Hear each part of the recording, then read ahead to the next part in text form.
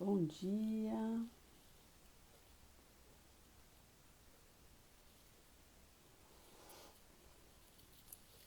sejam bem-vindos para mais uma live do Gal.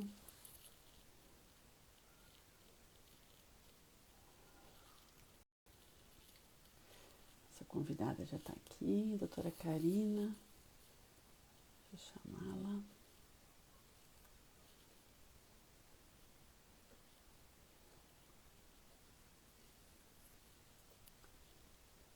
Bom dia a todos.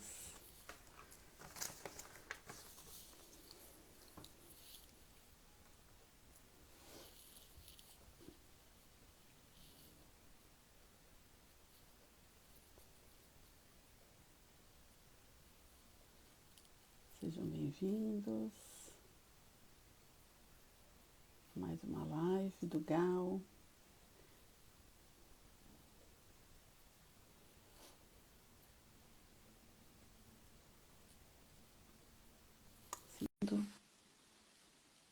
Guardar a nossa convidada super especial, que é a doutora Karina. Vai estar com a gente. Bom dia. Ei, Cíntia, Tudo bom bom? dia. Hoje num horário diferente a nossa live, né? Hoje é bom Doutora, dia. hoje é bom dia. A doutora Karina já chegou aqui.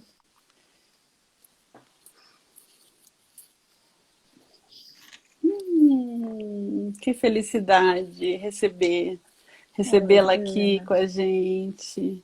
coisa boa. Estava ouvindo vocês falarem primeiro, né, que é um horário diferente. Só quero agradecer a possibilidade, o horário que vocês normalmente fazem live. Eu estou em atendimentos, então eu quero agradecer a oportunidade primeiro de estar com vocês, de estar conversando com vocês e de ser convidada nesse projeto, para esse projeto tão lindo, né, para a gente falar um pouco sobre luto por suicídio.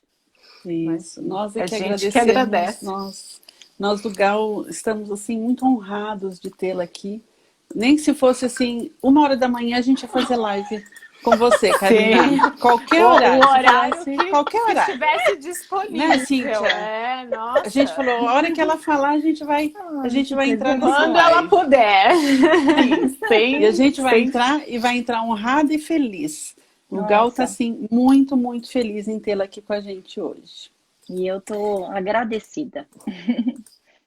Muito obrigada. Então eu vou apresentá-la, apesar de dispensar qualquer apresentação, doutora Karina, né?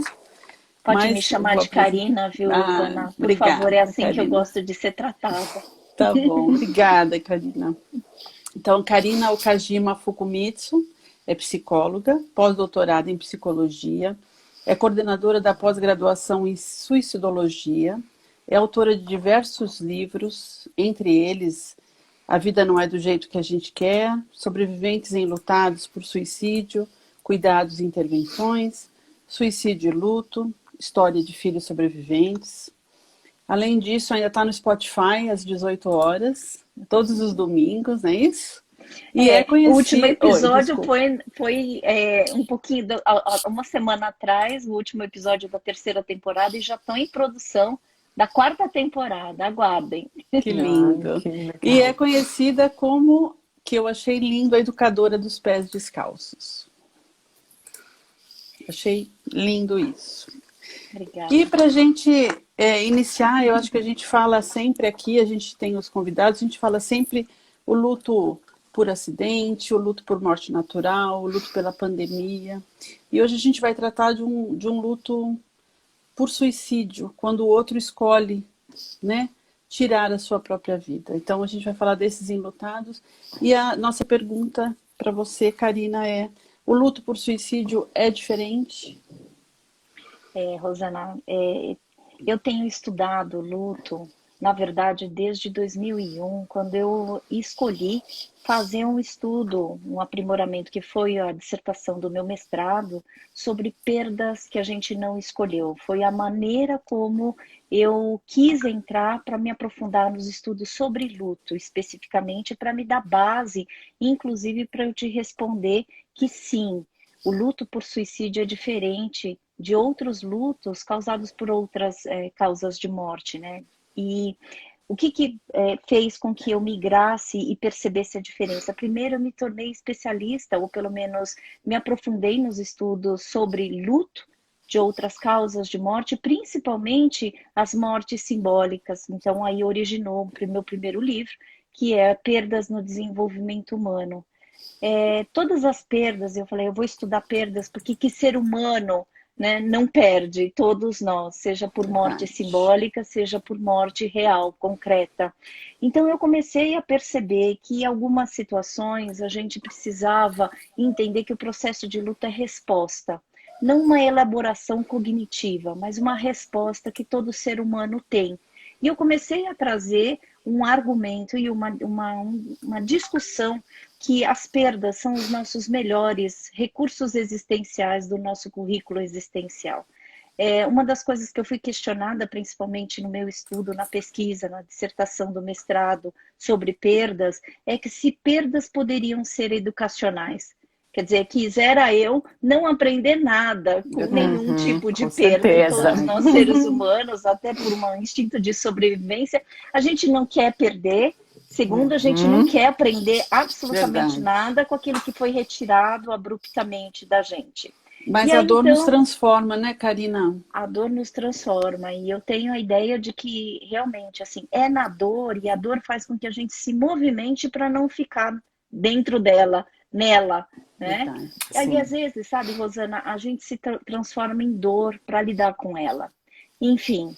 E aí, então, em 2009, quando eu tive o meu luto gestacional, e quando eu recebi parceria da minha mãe, porque quando eu tive, depois da curetagem, a minha mãe chega para mim e fala: Karina, você perdeu muitas coisas na sua infância e na adolescência por causa das minhas tentativas de suicídio. E eu falei: correto, mãe, eu perdi muita coisa, né? Eu perdi uma infância, uma adolescência ideal. Então, ela falou: agora você não vai perder mais. Então, você tem em mim uma parceira na prevenção do suicídio. Foi aí que eu tive uma motivação, inclusive, para migrar e ampliar um trabalho que eu queria fazer há muito tempo. Em virtude, principalmente, do meu luto gestacional, eu falei: eu quero me aprofundar agora, me declarar realmente uma pessoa estudiosa em luto. E mais especificamente em luto por suicídio.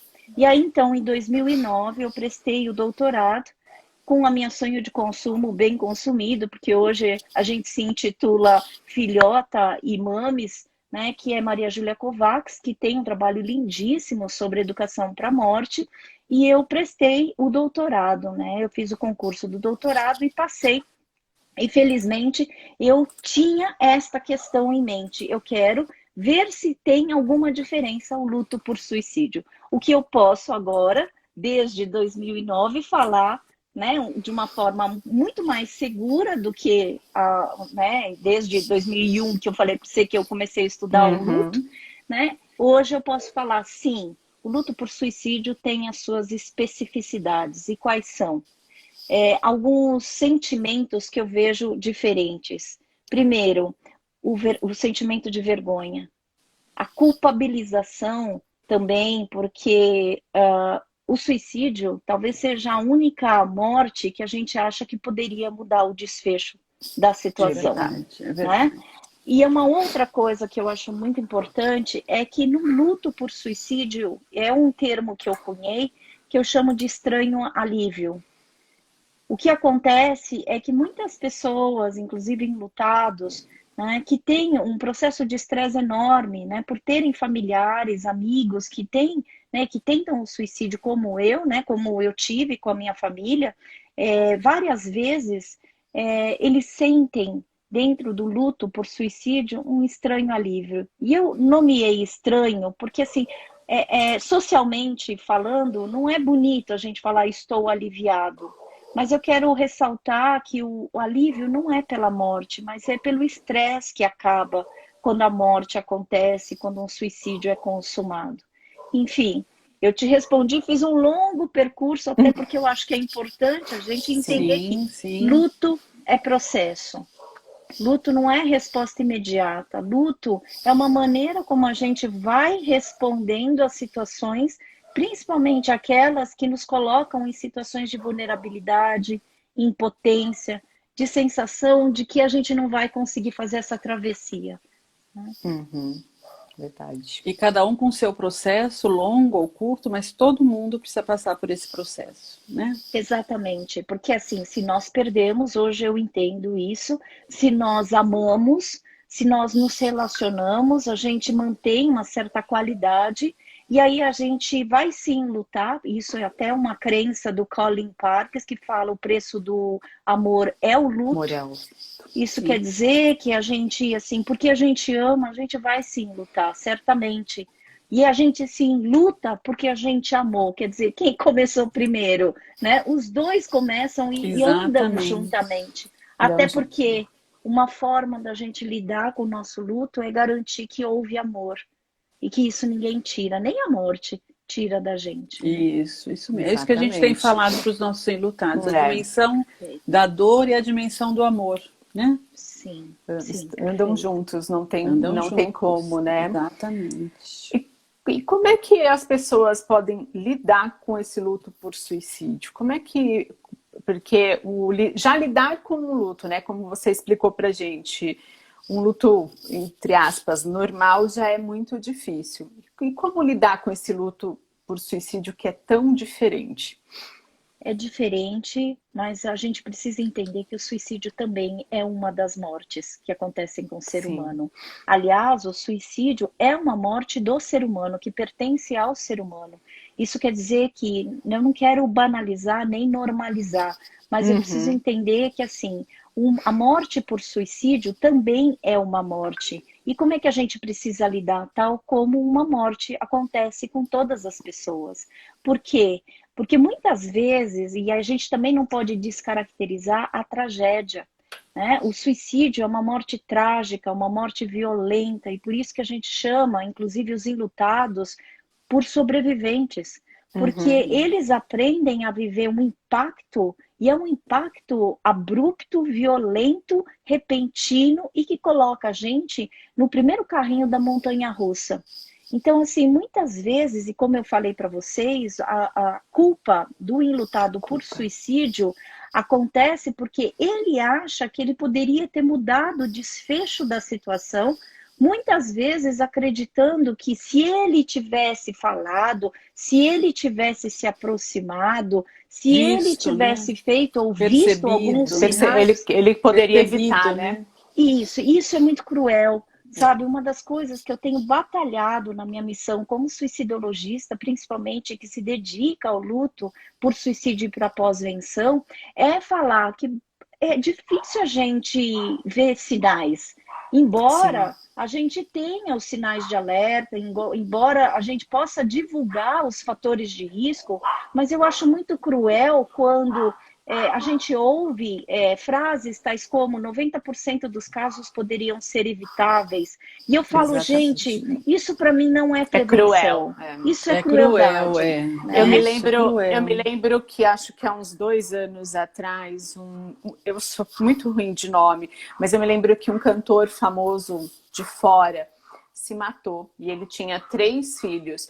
E a esposa dele postou, porque a questão era essa, nossa, ninguém percebeu, ninguém viu, ninguém notou, e ela postou o último dia dele. Eles foram fazer um passeio de barco num rio com os filhos, ele estava sorrindo, brincando, e ela faz justamente esse comentário, como perceber alguma coisa.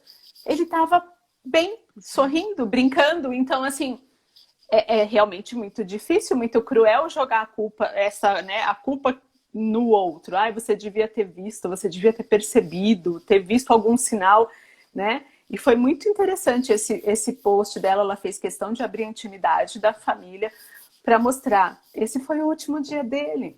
Quem é que poderia imaginar?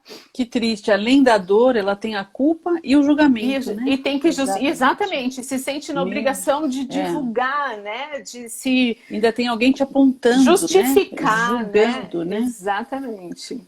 Agora, pelo suicídio ser uma morte escancarada, e morte escancarada é um termo intitulado e criado pela Maria Júlia Kovacs, né? O escancarado é quando aquilo que poderia ser privado se torna público, né? Então, muitas vezes, né, o luto também se torna escancarado, e por isso que realmente a gente tem que ter uma certa preservação. Como é que a gente lida, né? Como é que a gente acolhe enlutados por suicídio? Tentar evitar a exposição.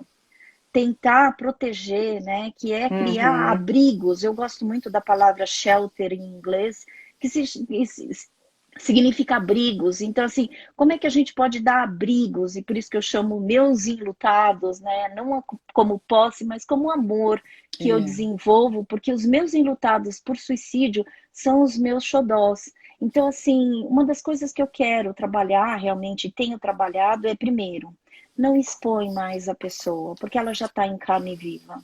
Segundo, quem é você para estar acusando que este enlutado não tenha percebido? Porque ele já vai fazer isso. Sim. Inevitavelmente, porque o suicídio é esta morte que a gente acha que poderia ter mudado o desfecho, ele já se incumbe, né, de se autoacusar e de se cobrar. Por quê? De se cobrar, de se questionar. A culpa do enlutado por suicídio é a potência, que eu acho importante, que é um sinal de vida do enlutado, que ele acha que, né, mesmo que seja pelo pensamento, pela idealização ou ruminação de que ele poderia ter mudado ou feito qualquer coisa para mudar este cenário do suicídio, né?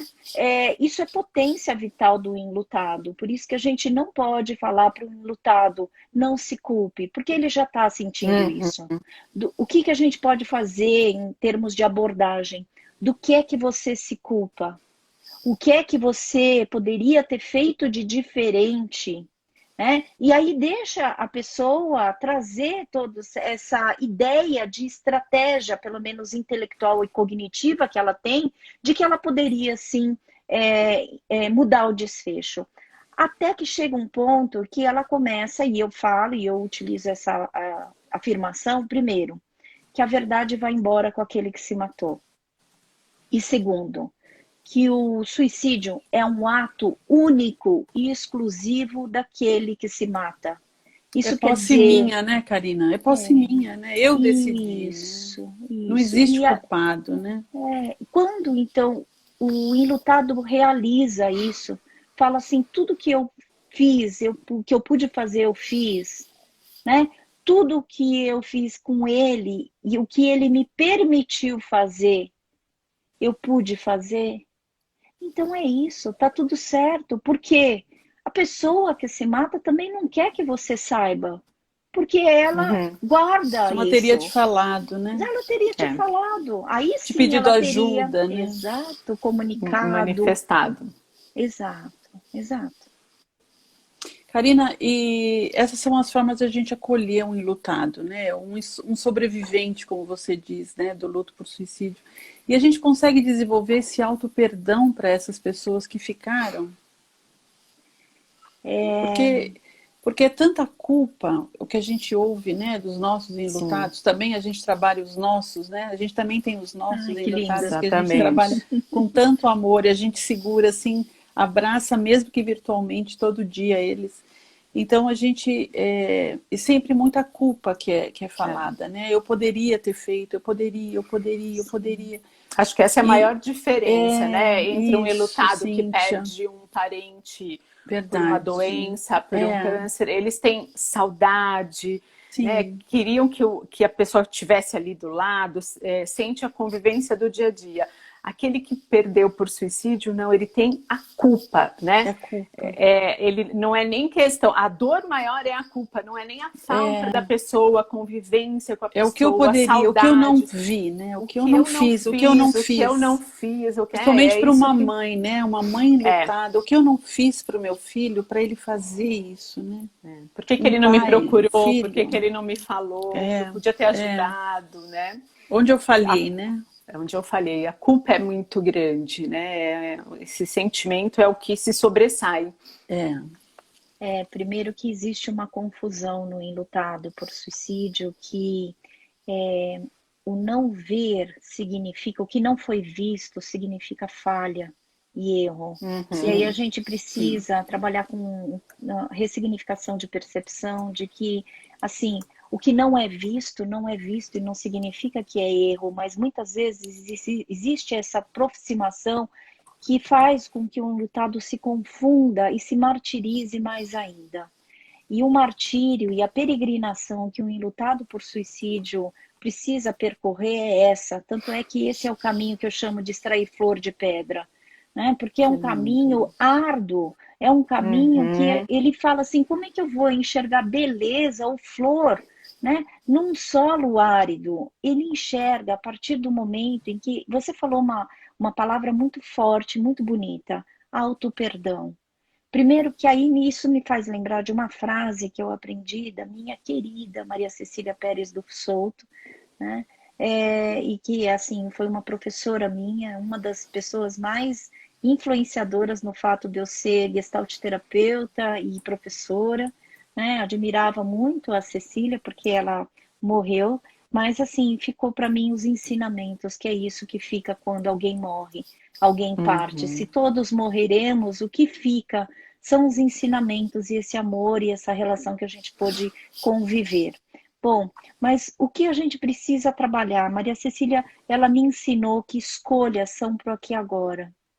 Isso quer dizer que todas as nossas ações, elas foram feitas a partir do momento em que a gente tinha repertório e a gente tinha condições de efetivar qualquer situação, principalmente em relação a quem a gente ama. É uma das coisas que eu mais trabalho com mães, que você trouxe, mães e pais, que ficam realmente se autoacusando do que eu não vi, do que eu deixei de fazer.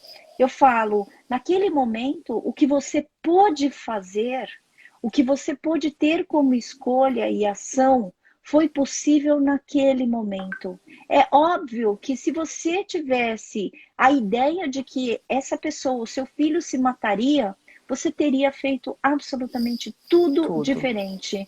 E eu imagino que nada talvez mudaria o desfecho da situação. Eu tenho Porque trabalhado... ainda é uma escolha minha, né, Karina?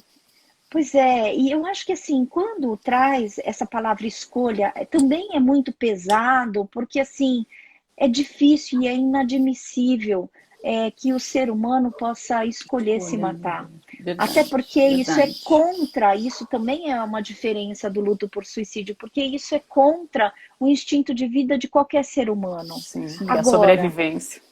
Pois é, que a sobrevivência. Agora, quando a gente começa a falar assim, que é uma questão da bioética, a vida pertence a quem?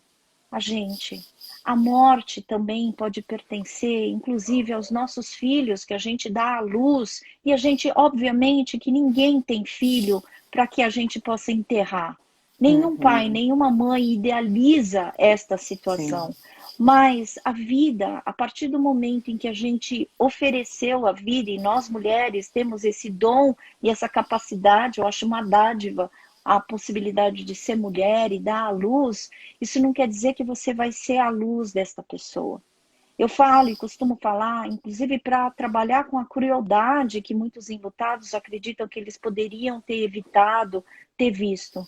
Eu, por mais estudiosa que eu seja no campo da suicidologia, eu não tenho como evitar se meus filhos, se meu marido, que são as pessoas que eu mais amo, se a minha irmã quiser se matar. E aí todo mundo bate na madeira e fala, ai, Karina, vira essa boca para lá. Não, isso é uma realidade. É uma realidade. Eu não consigo é dura, mas evitar. É verdade. Então, assim, e isso é uma das coisas que eu aprendi com a cultura japonesa, a gente tem um olhar muito para a realidade. E muito com a ideia de que a gente chama de wabi-sabi, esse tipo de olhar. Quando você enfrenta a realidade nua e cruamente, não é Nelson, né, Rodrigues, não é uma coisa muito dramática, mas assim, quando a gente fala as coisas acontecem como elas deveriam acontecer. E nada do ser humano, e eu acho que a gente tem que ter uma certa humildade enquanto seres humanos, de falar, se aconteceu comigo, eu vou assumir essa minha dor e meu sofrimento dignamente. E eu vou, a partir do momento em que eu falo, talvez não seja por acaso que isso tenha acontecido comigo, eu vou transformar a dor em amor, eu vou transformar o desconhecimento em conhecimento, que é isso que eu chamo de extrair flor de pedra. Porque quando a gente faz da nossa dor, vocês fizeram das dores de vocês um grupo lindíssimo sobre apoio ao luto, sabe? E assim, eu tenho certeza que isso teve origem pelas tuas próprias dores, né? Todo o meu trabalho na suicidologia também teve a sua origem e nasceu de uma dor imensa, de uma impotência, da sensação de que eu nunca poderia ser acolhida e nem oferecer acolhimento. Tá aí, estamos hoje, né, falando sobre a possibilidade da gente receber e oferecer apoio e acolhimento a um luto, que para um ser humano é uma situação surreal, porque todo luto é um gerenciamento de crise, né? É uma possibilidade da gente se conhecer cada vez mais. É verdade. E a gente consegue prevenir o suicídio? Mesmo Então, isso ouvindo... Desde que você não confunda, e isso é uma das coisas que eu escrevi no livro aqui, olha, né, que foi a minha dissertação do doutorado, minha tese do doutorado, Suicídio e Luto. Eu falo e eu abro uma questão. Foi o primeiro livro que eu articulo prevenção com pós-venção. E eu faço uma discussão a respeito do significado de prevenção. É possível prevenir desde que você não confunda com evitação nem previsão. Perfeito. Você entende? Então, assim, quando a gente fala 90% dos casos poderiam ser evitáveis, me dá um frio na barriga, né? E eu assim falo, gente, para com isso. Sabe? Porque eu falo, então eu pertenço aos 10%, que acredito que a gente não consegue evitar. Aliás, a gente consegue evitar alguma morte? Não é muita prepotência, né, da gente falar isso. É prepotência. Exato, a palavra é essa, é prepotência. Como é que você vai evitar? Não vai. Agora, o que dá para fazer em termos de prevenção? Uma melhoria, isso até inclusive é uma sinalização, uma indicação da Organização Mundial da Saúde, que é você aprimora o tratamento dos transtornos mentais, você faz trabalho psicoeducativo, né? Então, por isso que assim, eu aposto muito nesta parte, né, de fazer trabalhos psicoeducativos, por isso que eu tenho a pós-graduação em suicidologia. Porque eu tenho fé que a informação é um caminho da prevenção. Quanto mais a gente vai ampliando a discussão, quanto mais a gente vai trazendo, né, discussões em relação aos grupos de vulnerabilidade, por exemplo, as maneiras como a gente pode fazer os acolhimentos, os cuidados, né, isso é uma habilitação.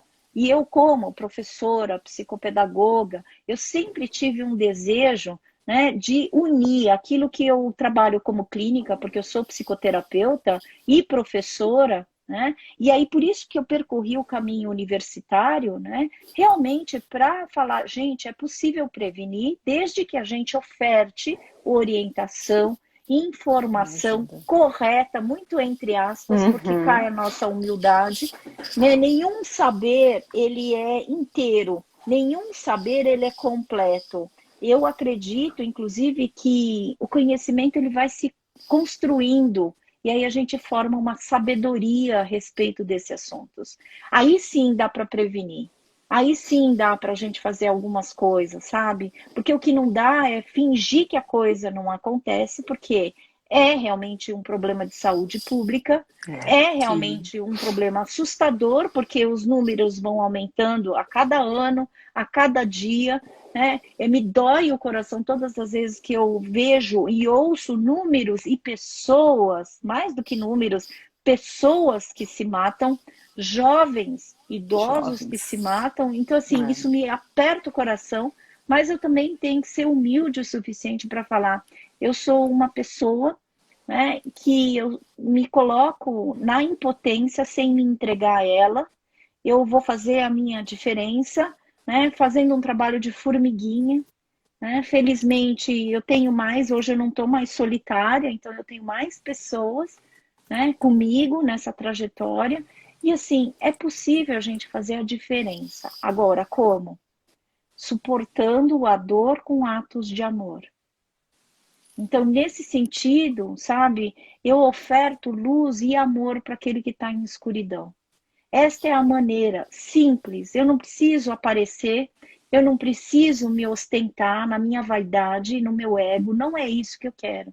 principalmente quando eu adoeci da inflamação cerebral, que aí que aconteceu a educadora dos pés descalços, eu coloquei uma missão. A minha meta é levar luz para as pessoas na simplicidade, sem precisar fazer as coisas grandiosas, porque é no simples que a gente se vê, né, fazendo sentido na vida. E é assim que eu vou conduzir para o resto da minha vida. Que lindo. E é como isso que importante, a gente... né, essa questão, imagina, Rô, como é importante essa questão da educação, né? Eu acho que esse era o primordial. Acho que realmente a evitação é pela educação, né? Nós deveríamos, você falando me veio até essa imagem de isso deveria ser feito na escola.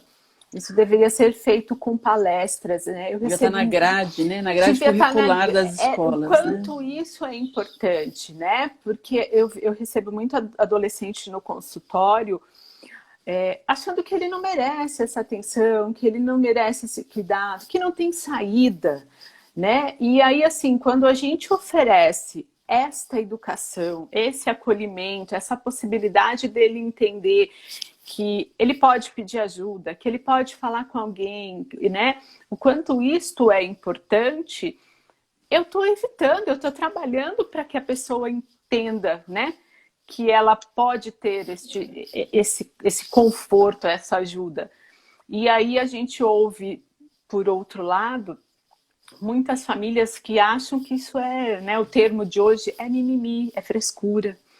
Né? Não entendem, a depressão muitas vezes é tratado como frescura. Exatamente, não entendem o quanto é importante olhar para esse processo, acolher quem é que está passando por isso, né? Então a educação aí é fundamental, né? E o trabalho, né, psicoeducativo em relação ao gerenciamento das nossas crises. Né? Isso poder se educar na dor também. Porque o que é se educar na dor?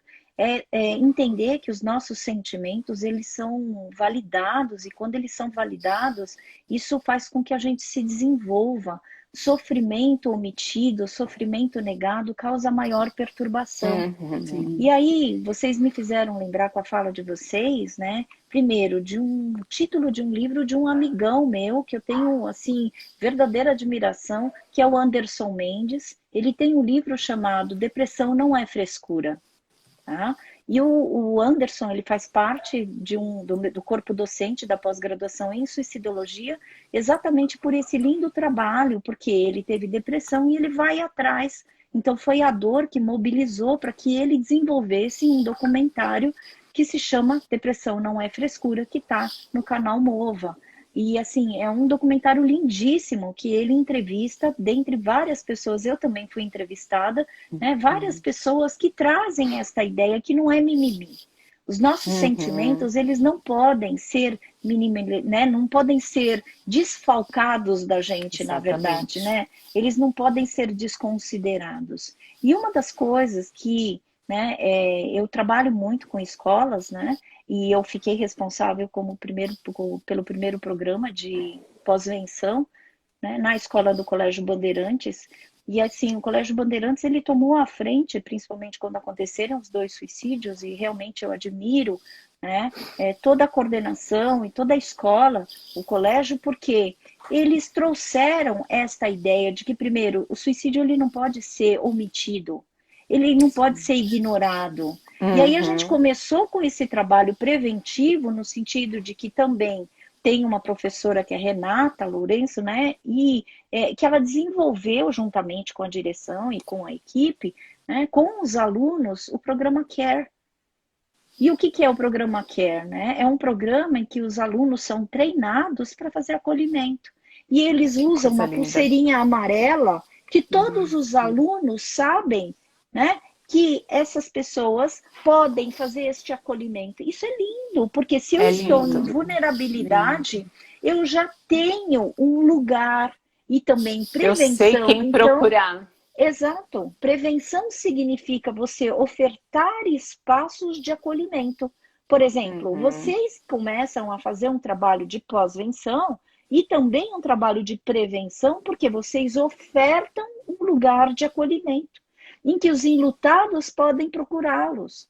Isso é prevenção. Isso é Eu um acho que quando a trabalho gente tem a dor, o maior lugar que você quer estar é onde alguém te abraça, né? Onde alguém Te te ouve acolhe, sem né? julgamento, E né? ouve, né? Isso, ouve sem julgamento, né? Eu só te acolho, eu só te abraço, eu estou aqui. Eu estou é, aqui com você, né? eu tenho uma Sem frase te que eu julgar. falo, quem está perto compreende, quem está longe julga. Verdade. Sabe? Eu acho que cada vez mais nós seres humanos, a gente precisa de atos de aproximação. Isso quer dizer, né, é muito fácil a gente ser a pedra, difícil a gente ser a vidraça. Isso quer dizer que Sim. se a gente entra em situações de vulnerabilidade, que não é praga, né? A gente entra, a gente tem situações Entra. que a gente Sim, vive, né, numa Sim, com escuridão, certeza. numa crise, né? E assim, nada mais do que esse abraço, né? Que busca realmente um braço para dar suporte. Nada melhor do que um outro ser humano que está lá para a gente poder falar: eu não estou solitário, eu não estou sozinho. Sim. E tem alguém sentindo a mesma dor que eu. Claro que são dores singulares, mas a gente sente a dor e tem alguém que pode nos acolher, pode nos ouvir, né? E É, a gente vê isso muito no nosso grupo, Karina. Mesmo eu estando com dor, nós temos um grupo de enlutados, são 400, e a gente tem um grupo de WhatsApp que a gente está 24 horas conversando com eles, e um acolhe o outro na dor. Quando um escreve, o outro acolhe. Então, é um lugar de pertencimento, de amor, né? e você sabe, Realmente. Rosana, eu tenho um grupo de enlutados que eu participo da equipe, né, que é do Instituto Sede Sapiens, enlutados por suicídio especificamente, por eu acreditar nessa diferença, tá? Então, o núcleo de assistência social do Instituto Sede Sapiens, faço parte dessa equipe e a gente também tem um grupo de WhatsApp e eu aprendi, eu preciso falar essa situação porque esta semana aconteceu um acolhimento tão bonito no grupo de WhatsApp, que é do meu painho. Eu chamo do meu painho porque eu tenho painho e maninha, e obviamente são pais e mães espirituais que eu encontrei ao longo da minha vida, porque o painho, um dia eu o conheci e ele fez um curso meu no SEDES sobre suicídio e luto. E eu fiquei encantada com ele, pela dor dele e pela reverência que ele tem pelo filho, Bruno, que se matou. E eu chamo o Bruno de meu irmão espiritual. Uma das coisas que foi falada é que uma das enlutadas falou assim: eu morro de saudades da pessoa que se matou e eu preciso ser forte. E o meu painho falou o seguinte: não queira ser forte, seja apenas sensível. E eu falei ontem com ele, eu falei: painho, que coisa mais linda, sabe? Porque assim, você não precisa ser forte, porque nunca a minha dor é igual à sua. Mas Sim. não queira oferecer além daquilo que você pode oferecer. Tem uma frase cujo autor eu desconheço, mas que eu uso muito. Quem dá mais do que pode já está dando o que não pode. E no luto, a gente fica às vezes em frangalhos, a gente fica em carne viva. Sim, E a carne gente não viva. pode exigir da gente ser forte, Uhum. porque todas as energias, elas precisam estar direcionadas para a gente sobreviver, sabe? E é por isso que eu falo que no luto a gente não usa maquiagem, porque assim, a gente está no nosso estado mais puro. Sabe? Verdade, A verdade. gente tem, inclusive, a desculpa de falar, eu estou em luto, então me perturba. E aí você também pode se dar esse auto-perdão e né, essa generosidade, na verdade, e autocompaixão, de você falar, gente, eu não estou podendo, está doendo demais. Então eu só vou ser Isso. sensível o suficiente para conseguir lidar com a situação que já é difícil. Né? A Respeitar muito a situação, minha dor, né? O meu respeito. momento. É. Respeito, eu acho que é crucial. É o É, que a gente tenta passar para eles, né, Rô? sim, o Porque tempo existe uma inteiro. fala muito grande deles também, né? Eu preciso ser forte, né? Eu Isso. preciso me manter forte. Se eu E não me essa é a única manter, palavra que você não precisa e não consegue, e não é o exatamente. momento, né? Exato, É. Não é necessário, exato. A gente né? costuma, eles precisam se permitir, né? Sim, Entrar em contato com tudo que está acontecendo, entender, né, esse momento. Porque enquanto eu tento ser forte, eu estou evitando.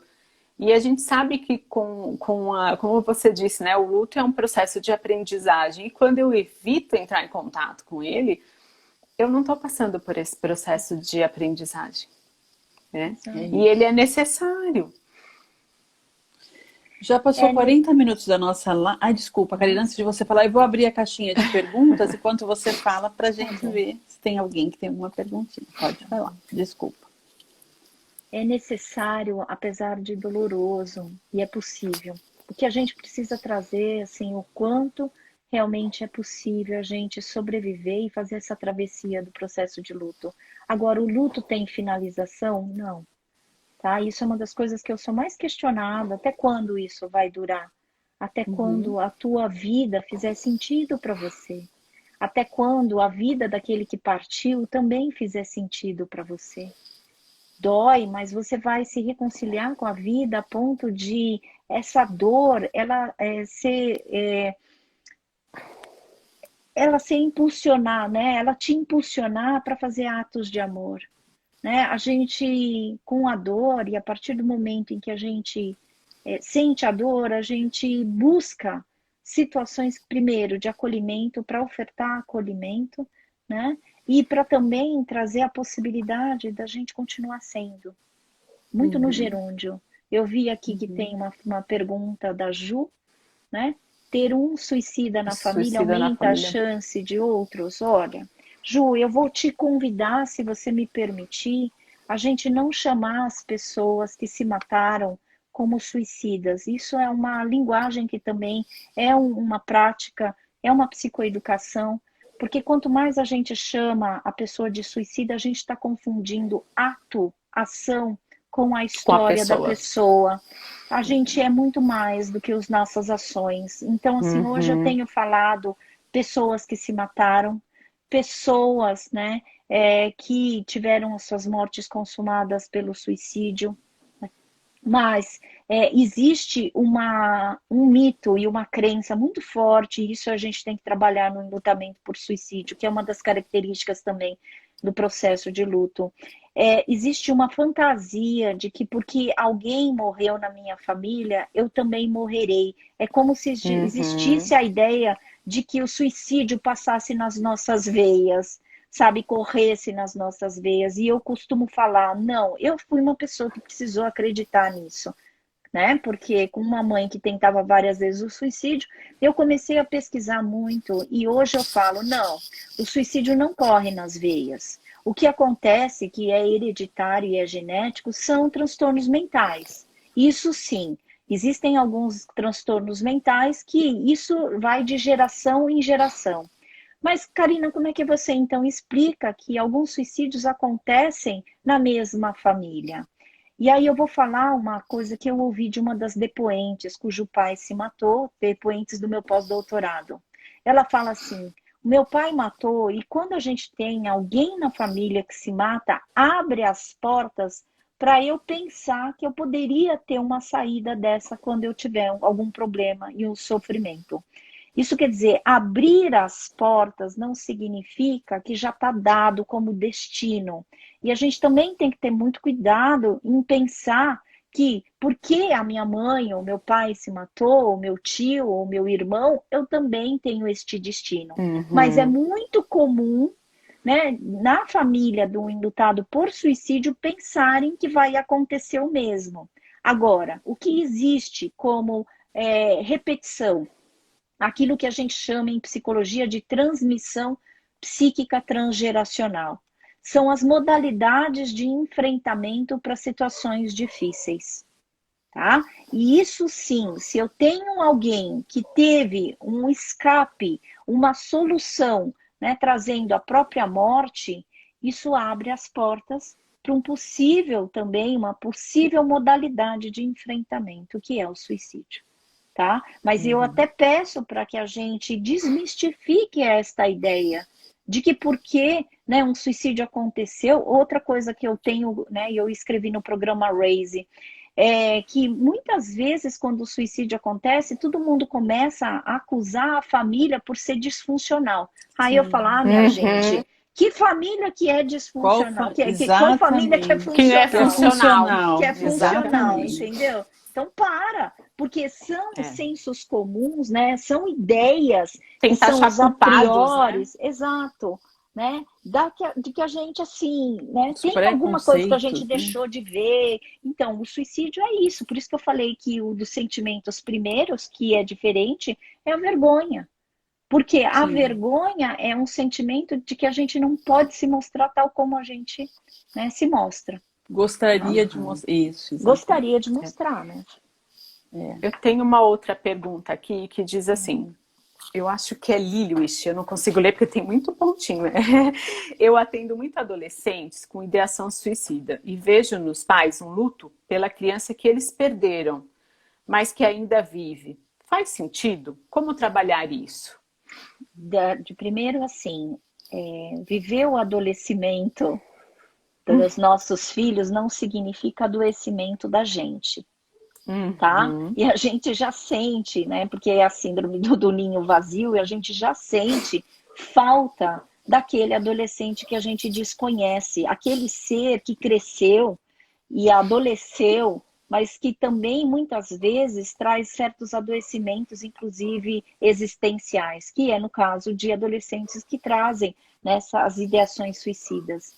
E que assim, a Uhum. gente vai precisar se aproximar deles, tentando entender na linguagem deles, e isso é muito difícil, né?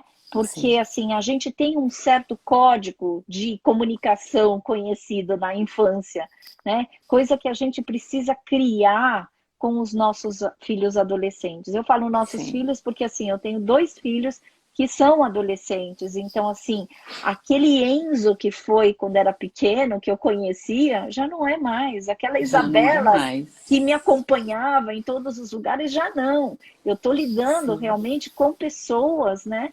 Que seres humanos completamente diferentes no mundo à parte, principalmente durante essa fase pandêmica, né? É verdade. uma coisa assim que a gente Sim. precisou se aproximar cada vez mais. Então, assim, o que faz com que a gente tenha essa sensação de despedida, né, de medo, de ameaça, né, é porque a gente está lidando com um desconhecido, né, e eu acho que isso é importante a gente saber. Existe um luto nos pais quando a gente lida também com o Uhum. desenvolvimento dos filhos, porque eles Sim. crescem, e aí esta é É. a constatação de que a vida dos nossos filhos já não é a mesma vida da gente. Vejam bem, e isso Exatamente. também que eu utilizo, né, com as mães enlutadas por suicídio. A vida do teu filho já estava diferente da tua vida. É uma outra Uhum. vida, É uma outra É, né? vida. E com que talvez a certeza. gente precise respeitar. É. E o quanto é Cíntia, tem importante, umas né? Eu perguntas na trabalho, caixinha. eu Desculpa. vou ler, imagina. E o quanto é importante trabalhar essa, até mesmo essa psicoeducação para os pais, entender qual é o Sim. comportamento de um adolescente, quais são as características, né? O que é que você pode respeitar como esse movimento de crescimento desta fase, o que é que você pode acolher, né? Até para que você Como, não, né? não, O não, como fazer, né? exatamente, não se afaste demais deles por achar que ai, agora não é mais o meu filhinho, já não gosta mais de mim, já não me, né? Porque a gente também se culpa nesse sentido. O que é que eu fiz de errado? Quando criança estava ali, me adorava, estava sempre junto, agora tem vergonha, né? Então entender este movimento também ajuda, né? Ah, Importante. totalmente, né? Você não fez nada de errado, seu filho está crescendo, né? E a gente vai precisar olhar para essa Exatamente. realidade, né? Porque E assim, a qual gente é esta só realidade? é uma frase que eu aprendi com meu marido. Meu marido é engenheiro, não é psicólogo. Felizmente, assim, ele não é igual a mim, a gente tem diferenças grandes. E aí, assim, numa das conversas familiares, o meu marido chegou com uma coisa que eu achei linda. Ele fala para os nossos filhos que estavam reclamando da gente, óbvio, né? E aí a gente tem, né, essa prática deles reclamarem e a gente ouvi-los, né? E meu marido falou assim: Enzo, Isabela, a gente nunca foi pai nem mãe antes de vocês. Onde está Gente, o eu achei tão manual, né, genial, porque Karina? Onde está o eu falei, manual? eu falei, Exata. Duda, você me libertou, sabe? Porque assim, eu fico, porque com a mãe nasce a culpa também, tem essa, né, gente? E eu Sim, Sim, com falei, sim, ai, certeza. sim. eu falei assim, é uma coisa tão óbvia, mas assim, a gente não Uhum. entende. Então, assim, o mais É, difícil é a gente, mãe e pai, suportar que os nossos filhos estão com outros valores, outra vida, outros Exatamente. sentidos e outras direções, né? E Ainda que vem para minha bom Como que eles nós estão, tivemos psiquiatria. um né? dia, né, E Karina? que Como bom nós que vocês vivemos estão um dia. assim, né, nesse processo. Que bom, né? Exato. Que bom. Que é saudável, né? Tem É, uma mas é pergunta difícil de aqui. viver, É né? difícil, Sim, sim. Aí a gente tem que levar essa questão para o nosso, né, Ah, para o nosso conhecimento, isso. porque a gente tem que entender que Verdade. eles não vão ficar debaixo das nossas asas, né? Isso. E o objetivo, eu brinco muito, a Rosana sabe, a minha área de educação com pais é a minha paixão. Né? Então, assim, filho não vem com manual de instrução e o Sim, nosso de hipótese objetivo alguma. é educá-los, criá-los, né? Sim. Para que eles se tornem pessoas ali independentes, né? Para o futuro, para o mundo melhor, né? Então, se a gente está nesse movimento de evolução, sinal de que a gente está progredindo junto com eles, né? De alguma coisa boa a gente está fazendo, né? Isso é muito importante. Tem uma pergunta da Dani que diz assim: o suicídio aumentou ao longo do tempo? As pessoas estão tendo mais dificuldade em lidar com a dor? Olha, os números falam que sim, né? Que a gente tem números aí que indicam um aumento do Sim. suicídio, né? Infelizmente. E eu posso trazer assim, a dificuldade é imensa, porque eu tenho uma perspectiva que é do Schneidman, que é o autor base dos meus estudos, que suicide as a psyche, ou seja, que o suicídio é um reflexo, né, de um sofrimento intenso existencial. Isso quer dizer que quando, né, existe essa pergunta se as pessoas estão com maior dificuldade de lidar com a dor, eu acho que a gente está no mundo imediatista, né, em que Sim. existe uma certa impulsividade no trato de lidar com os nossos sofrimentos. E sim, sabe, eu acho que esta única saída que algumas pessoas encontram, que é o suicídio, é uma ideia de que também é do Schneidman, de que as pessoas se matam porque o suicídio é um ato definitivo por um problema temporário. Então, Uhum. qual é a dor? Qual é a dificuldade de lidar com o sofrimento? É lidar com os problemas.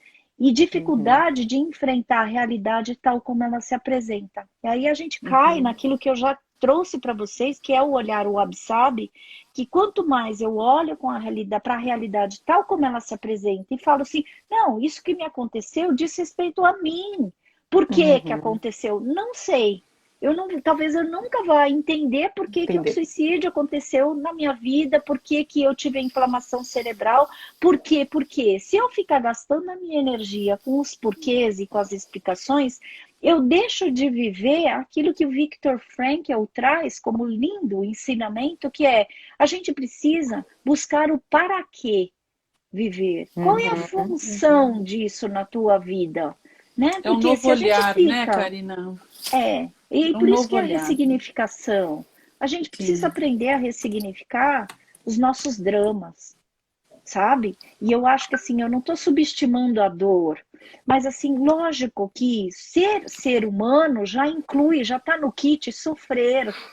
E aí a gente é Uhum. aquilo, isso é Sartre, a gente é aquilo que a gente faz com o nosso sofrimento, aquilo que nos Uhum. acontece, né? Uhum. Então assim, se você quer tornar digna uma relação que você teve com aquele que partiu, faça esta, né, relação ser vista por muitos, inclusive por você. Por exemplo, eu legitimo a minha relação com a minha mãe, né, que tentou várias vezes o suicídio, fazendo a cada dia uma prática diária de reverenciar a existência dela e a nossa relação, sabe? Então, assim, aqueles que partiram, partiram, infelizmente, só que eles deixaram legados de aprendizagem que a gente vai poder fazer história, porque a gente continua Uhum. vivo. Isso é o que importa, né? Eu tenho um mantra que eu falo, se tem vida, tem jeito. Então, assim, se a Sim. gente está vivo, por mais, né, doído que seja, por mais em carne viva que a gente esteja, a gente consegue fazer a diferença, assim. Essa é a esperança que eu sempre tenho, sabe? É isso que tem me ajudado diariamente a fazer a diferença no mundo. Porque eu me vou, você se vai, né? Então, né, O que é que eu a tô partir, deixando? o que é que eu vou deixar como E nós legado, temos né? fortalecido isso no nosso grupo, Karina, dizendo isso mesmo. A gente sempre fala que a gente tem que transformar a dor em amor e que os nossos amados que partiram, eles vivem em nós de alguma forma. E que a gente tem que continuar a caminhada para eles, por eles e por nós, né? E que o amor vai sempre nos reger quando a gente pensar que eles passaram por nós, eles partiram, mas eles não morreram, porque quem a gente ama não morre, senão a gente não tinha amado tanto. Eles vivem no nosso coração para a vida inteira, enquanto nós estivermos aqui, né? Isso a gente fortalece muito para o nosso grupo. Rô, a gente já está chegando em uma Sim, hora. faltam Acho que 5 minutos. a gente tem uma última perguntinha, que eu acho que isso é muito importante. A gente queria ficar a tarde inteira, Karina. Tem uma pergunta aqui. É importante o acompanhamento psiquiátrico em caso de ideação suicida e depressão, mesmo em terapia? Sim, gente, olha, com suicídio a gente não lida sozinho, tá? Todos os tipos de tratamentos, mesmo aqueles que você fala assim, psiquiátrico, alopático, homeopático, terapia ocupacional, sabe, a fisioterapia, todos, assim, religião, sabe, tudo é fator de proteção quando é, de fato, fator de proteção para a pessoa. Entendeu? Exatamente. Então, assim, você não vai trabalhar sozinho, principalmente você que é psicólogo, psicoterapeuta, não acha que você vai dar conta sozinho, tá? Porque isso, de novo, é uma onipotência. Então, gente, a gente precisa agregar cada vez mais. Eu acredito que o trabalho preventivo é montar e fortalecer redes de apoio para que a gente possa deixar a pessoa, né, suficientemente bem. Agora, isso é uma frase do Winnicott, né? Que é mãe suficientemente boa, porque suficiente eu procurei no dicionário, significa o lugar entre o bom e o sofrível. Então, olha só, o que a gente faz é fortalecer redes de apoio para ajudar a pessoa a ficar suficientemente bem. E quando eu falo isso, é estar no lugar entre o bom e o sofrível. Sim, exatamente. Estar aptas a aguentar os dois, né?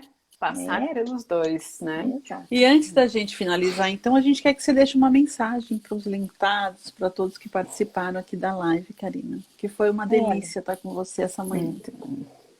Olha, delícia também estar com vocês, né? A minha fala final é gratidão. Gratidão por vocês estarem comigo, gratidão por eu ter os enlutados por suicídio como missão existencial, gratidão por eu ser acolhida também por eles e eu poder ter esse privilégio de trabalhar com eles, né? Gratidão pela vida, gratidão pelas possibilidades que a gente tem de esperançar. Então, queridas, muito obrigada pela, né, oportunidade de estar com vocês, dou os parabéns, né, ao projeto de vocês, ao trabalho de vocês. Karina. Muito obrigada. Nós que agradecemos. Tenho certeza que você deixou o nosso coração muito quentinho de quem assistiu também. Com certeza, foi muito obrigada, muito Karina. bom. Muito obrigada. Eu que Gratidão agradeço mesmo. Muito obrigada. Grande beijo no seu coração. Bom dia. Bom dia, obrigada. Para vocês. Boa vida para todos nós. Boa vida para todos nós. Obrigada, obrigada. Que a gente todos possa que sempre falar em amor, mesmo com dor, né, Karina? Isso. Total. Porque não tem muita saída, né? Você tem escolha. Ou você fica na dor ou você fica no amor. Então, é melhor ficar no amor. Com certeza. Verdade. Tá bom? Obrigada, Karina. Beijo, obrigada. Obrigada. Obrigada a todos. Muito obrigada.